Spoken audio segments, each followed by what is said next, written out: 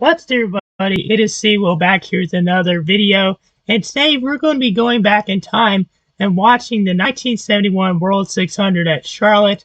I've never seen this footage before, but it popped up on YouTube, so I was like, why not go ahead and check this out? So we'll go ahead and learn about this race and also see what happened on that day, and afterwards we'll look at some of the statistics and all that. So let's go ahead and get right into this.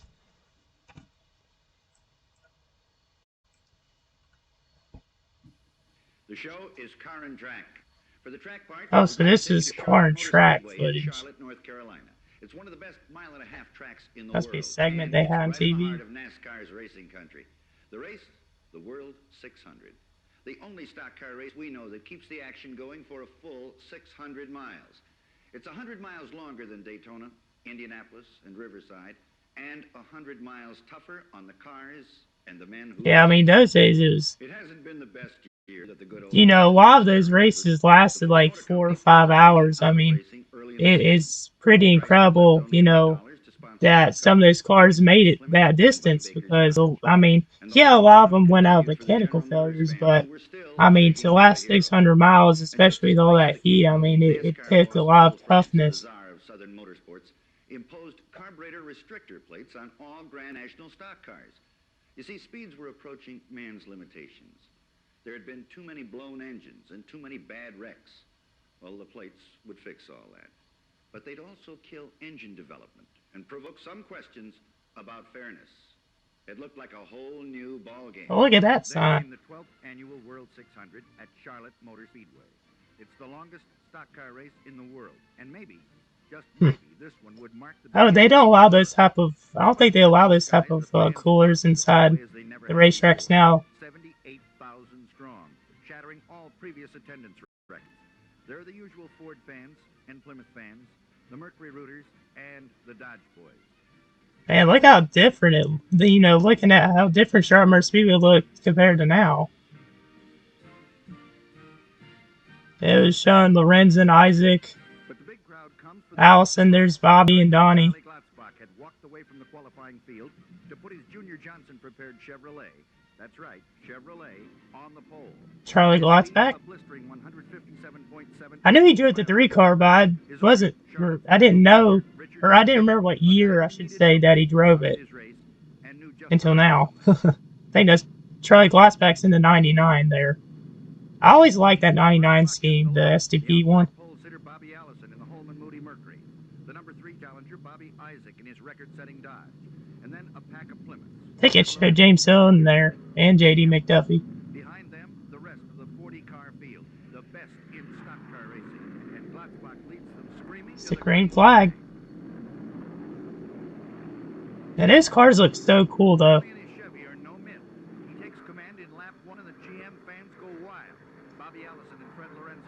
I think they said something about the pole speed was like 157, which is crazy because over the years, obviously, it's risen, but it's still by no means slow. Like, it's really fast. And, yeah, there's zooming around those corners. His cars also are really tough to drive.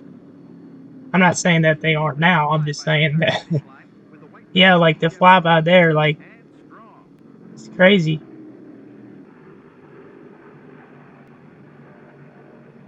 I always liked how, you know, with the guardrails they had in the walls then, they had the red, white, blue stripes in one part, like along the walls as they go around the corners. I thought that was really cool. And I like how, you know, Charlotte Motor Speedway still does that at their races. They have the red, white, and blue paint on the walls for the 600.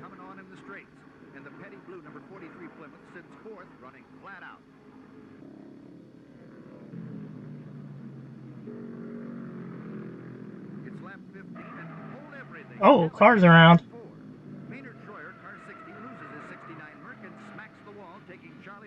I think that oh, more cars. I think he said one of those was Mayer Toner, I think. Maynard Toyer. It's such a hard name to pronounce. Sorry for butchering that. A couple other cars are in that too. Yeah, look at how different the pit lane was, too. They had just that singular, like, guardrail there. Bobby Allison's right behind him. Pit road wasn't even as wide either. They didn't have pit road speed limits back then. Look at all that fuel that came out of that car. I always loved that Bobby Allison cars because, you know, especially the Coca-Cola ones. And the Rossi crew was really, really good back in, you know, when they had Allison. Yeah, they were good regardless, but I'm just saying, like, when, I always liked their uniforms that they had, the Coca-Cola ones. I always thought those were so neat, and the cars, too. That was a great three-wide pass there. Allison went by Glassback and Hilton there. I think that's Dave Marcus behind them. Yep.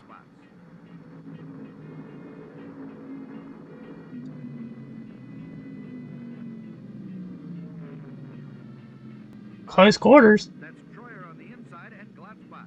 And moving up, the number 21 Mercury of Donnie Allison. He's fresh from a 6. Oh, there's Donnie Allison, the 21. Just yesterday. And you can bet. Yeah, Allison had driven the 27 in 1970, and then in 71 he went to the 21 Wood Brothers car. There's the two Allison brothers. Junior Johnson, a legend.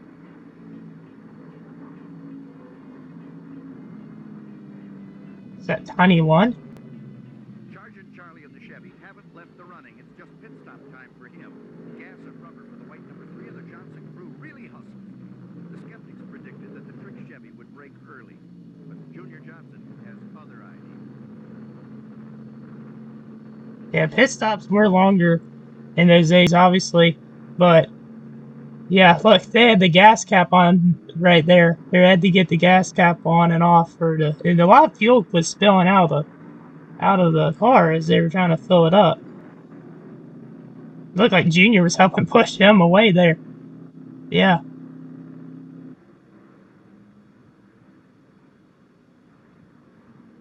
There's Donnie Allison and the pitting there, the Wood Brothers crew. Golly, I'm just surprised by how much. Well, I'm not really surprised, but I'm just shocked about how much like fuel is like pouring out of the cars when they leave the pits, like when they're filling them up there. I haven't seen Richard Petty most of this video. Surprised me. He must have had something happen early in the race, or he's just hanging back, being patient.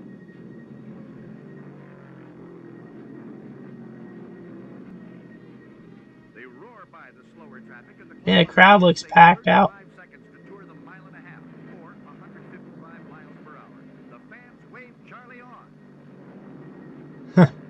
Charlie Gloss back there making the pass.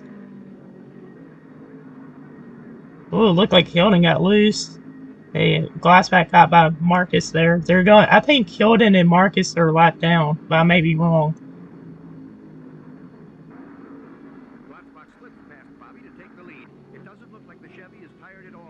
And this is a great duel right here. I've been seeing those two go at it for a while. There's Bobby Isaac. They won the championship the year before, 1970. The K&K insurance team. There's still plenty of life in this pack.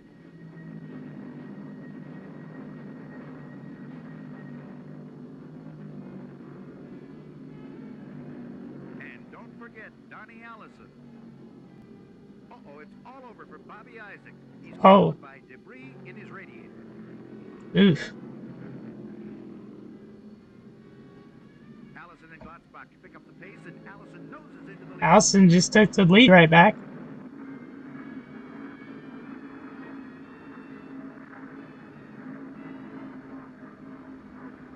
Oh, it looked like he was about to hit him for a second. That was close. Yeah, you see the whole infield is packed full of fans, too. Definitely well over 100,000, I'd assume, there that day. Oh, he's going right back underneath him, trying to take the lead right back.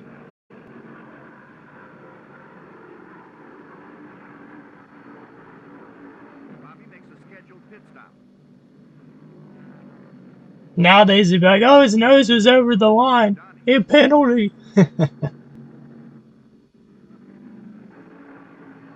in, out, and ready to race.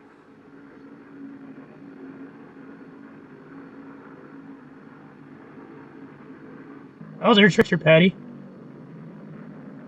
And I'm trying to think who was in the other car behind him there.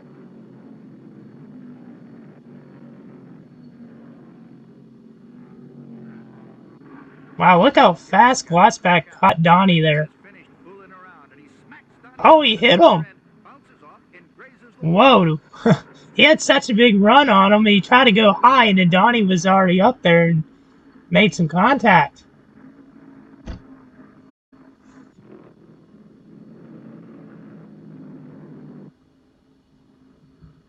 And he slides right back up in front of him.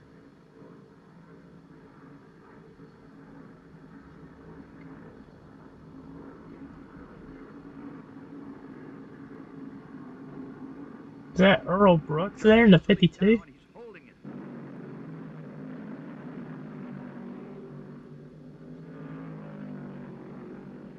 The crowd cheers as Glotzbach screams into the pits.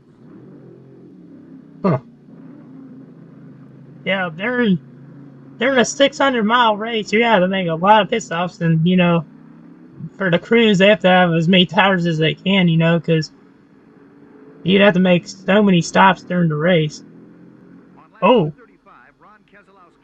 Ron Keselowski in the 88. I really like that car. It looks pretty cool. Oh, Fred Lorenzen, not Fred Lorenzen, Charlie Glotzbach wrecked on the front stretch. He was up battling for the lead. Man. If I'm correct, he was trying to go for his first 600 win, and there he goes on the front stretch. Yeah, that car's toast. That's a shame for him. I mean, he was running really good. We'll be back to race another day. After a 5-lap caution, the green comes out, and the Allison boys and their Mercuries own the whole speedway.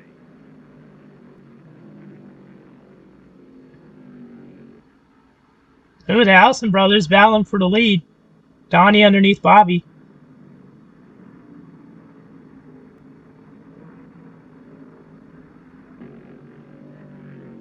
Nice pass there by Donnie, and then they're still side by side. The scoreboard tells us it's all Bobby. Donnie has fallen 1 lap behind and is now second. And 2 laps down from the leaders are Pete Hamilton, number 6, and Richard Petty in 43, fighting it out for third. The Plymouths just don't have the steam, and the Mercs continue to walk away.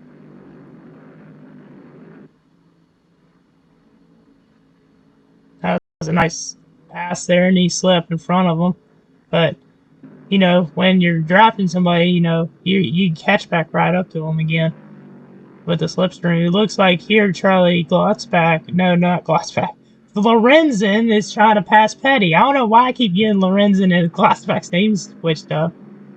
I think it's just because Glotzbach once drove the 99. I think that's where it's tripping me up a little bit. Number 93, Richard Brown, stuffs his Chevy into the wall in turn 2, spilling oil all over the track. It's pit stop time, and the fans are treated At Pete Hamilton in the 6th. servicing the world. You know, they changed 2 tires, pour in 14 gallons of gas by hand, wipe the windshield. Yep, that is. I think the 11's Buddy Baker, if I'm correct. That's fast action. Yeah, as I was talking about, there's those Coca-Cola uniforms.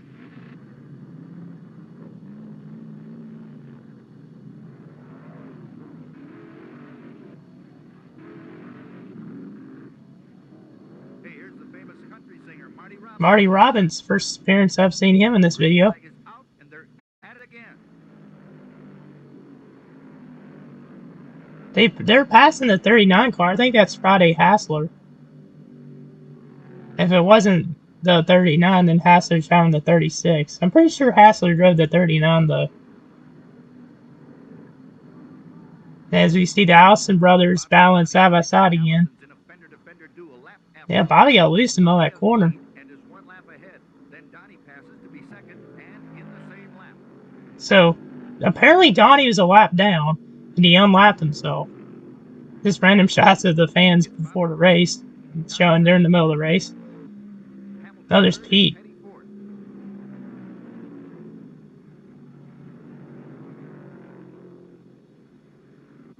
And Bobby Allison's number 12 Mercury flies through the final laps as strong as it did at the start.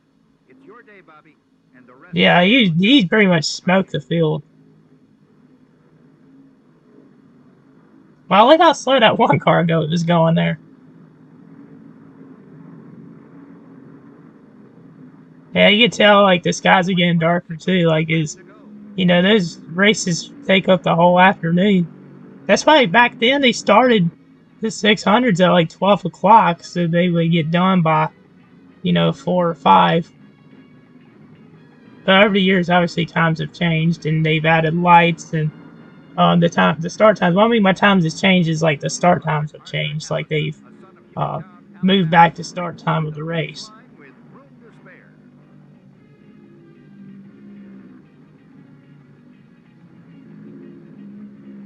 And Bobby Allison wins the 71 World 600. Really dominant victory. We'll check and see how many laps he actually led. There's the media. And the GM fans still wonder if he could have outraced it. But this World 600 is history. Look at the trophy. He's so different now. Yeah, well, that's going to do it for the video. I mean, overall, I thought the racing was really good. I mean, it looked like it was just pretty much dominated by the Allisons. Petty didn't seem to have as fast of a car. I think Petty was driving a Plymouth that year. But we'll look and see the race statistics and see where everyone finished.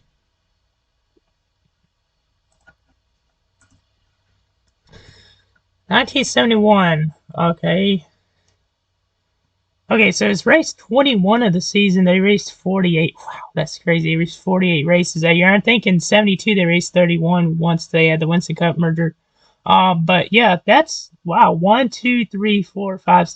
That's 1, 2, 3, 4, 5 straight races won by Bobby Allison after the Charlotte race, which is pretty crazy. He was driving Dodge, Ford, and Mercury there.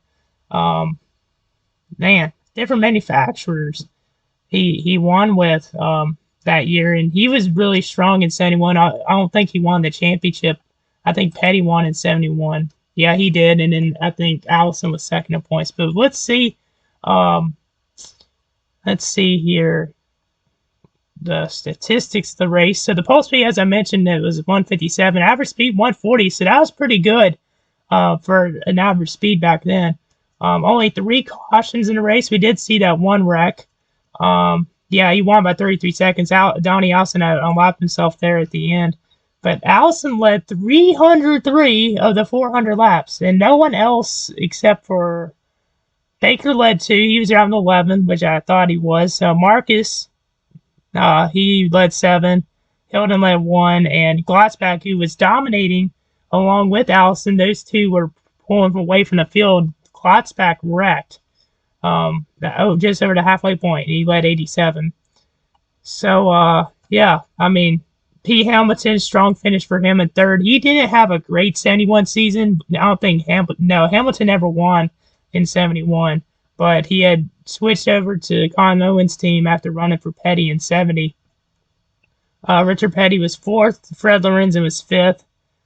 Man, Lorenzen was 5 laps down in 5th. I kind of mentioned Friday Hassler getting lapped at one point. He actually finished 8th. He started 25th, finished 8th, 9 laps down. Dick Brooks was driving the 22 car in that race. So, I was actually wrong. Allison was driving for Holman Moody Racing. I thought that he was driving for Rossi's team still. But then again, Rossi's team had the 22 car, so I should have known that. I don't know why I said that, so I do apologize. But yeah, looking at a lot of the cars that went out, Walter Ballard wrecked early in the race. Bill Seifert did not wreck. He had a vibration. Kozlowski's the wheel, that was a suspension issue. Yeah, there's that one incident in turn 3. But yeah, just looking at the laps, it was an Allison show that day. So, well, that's going to do it for this video. I hope you all enjoyed. Let me know your thoughts down below in the comment sections, and what other races I should react to. Let me know. You can message me on Instagram, Facebook, or in the comment section of this video, and I'll get back to you. Hope you all enjoyed, and until next time, I'm out. Peace.